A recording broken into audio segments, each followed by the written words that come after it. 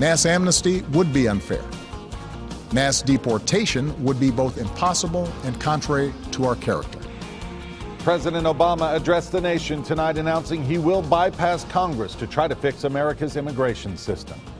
Good evening, I'm Rory Johnston. And I'm Jessica Ralston. Tonight, the president explained his plan to change the immigration policy and stop the deportation of millions of undocumented immigrants. Here's what the president outlined in his speech. Parents of U.S. citizens and permanent residents will be allowed to stay. So will more of the so-called dreamers, or people brought into the country illegally as children. Adults will be allowed to apply for 3-year work permits, but they will have to register and pass a background check. They'll also have to pay taxes and a fee. To get rid of these new procedures, Congress would need to pass a law, or the next president could act to eliminate or extend them. Now, News Channel 5's Todd Walker watched the announcement tonight with dozens of families, and Todd, they're celebrating tonight. Oh, Rory, they absolutely are, but this plan doesn't apply to everyone. In fact, it only affects less than half of the 11 million undocumented immigrants in this country. But the family I watched the announcement with tonight, they had tears of joy. The children no longer have to worry that their parents may suddenly be taken away.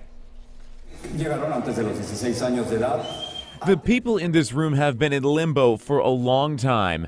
17 years. Many have lived in this country for decades, and many don't know anything else. Such a long time. I was a baby when I came. Diana Montero is here legally. Her sisters are U.S. citizens, but her parents have been living in the shadows ever since they arrived in this country. As they watched President Obama's announcement, they couldn't help but be overwhelmed with relief.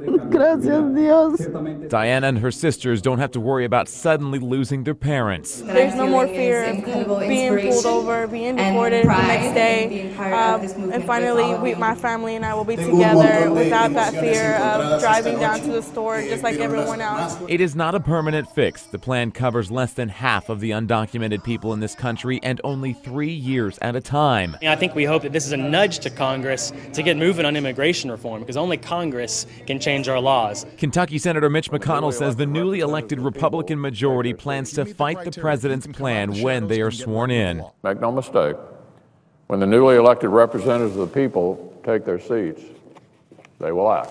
Until that action, celebration for families who feel like they are finally whole. Just finally being able to be part of the society and just not living with that fear anymore.